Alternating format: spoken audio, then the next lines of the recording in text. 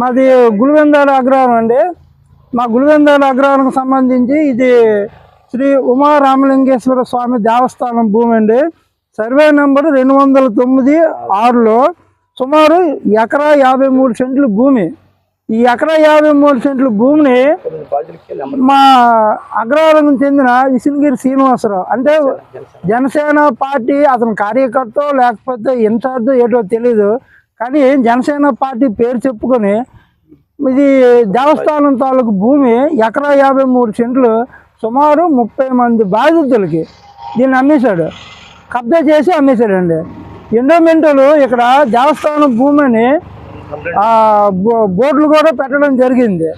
వాళ్ళేమో రాత్రి వచ్చి ఎండోమెంట్ పెట్టిన బోర్డులన్నీ కూడా తొలగించి అన్యాయంగా పట్టుకెళ్ళిపోయి ఈ భూమి అంతా కూడా మొత్తం అమ్మేశారండి, కబ్జా చేసి మొత్తం అమ్మేశారు. ఇదిగోండి మొత్తం భూమి ఇప్పుడు ఇవి కన్స్ట్రక్షన్ అయ్యేవి.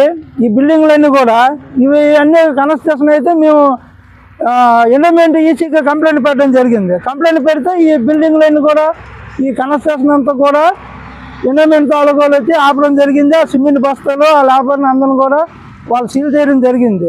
ఈ భూమిని వెంటనే పవన్ కళ్యాణ్ గారు చెప్పారు కదా, ప్రభుత్వం భూమి కానీ లేదంటే దేవస్థానం భూమి కానీ ఎవరైనా కబ్జాలు చేస్తే వారి మీద కఠినమైన చర్యలు తీసుకుంటాం అని చెప్పారు కదా ఏ పార్టీ అయినా.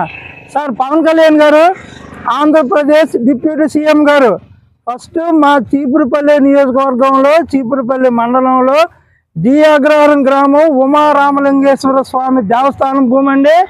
మీ పార్టీ అని చెప్పుకునే విసినగిరి శ్రీనివాసరావు ఎకరా 53 సెంట్లు కబ్జా చేశాడు.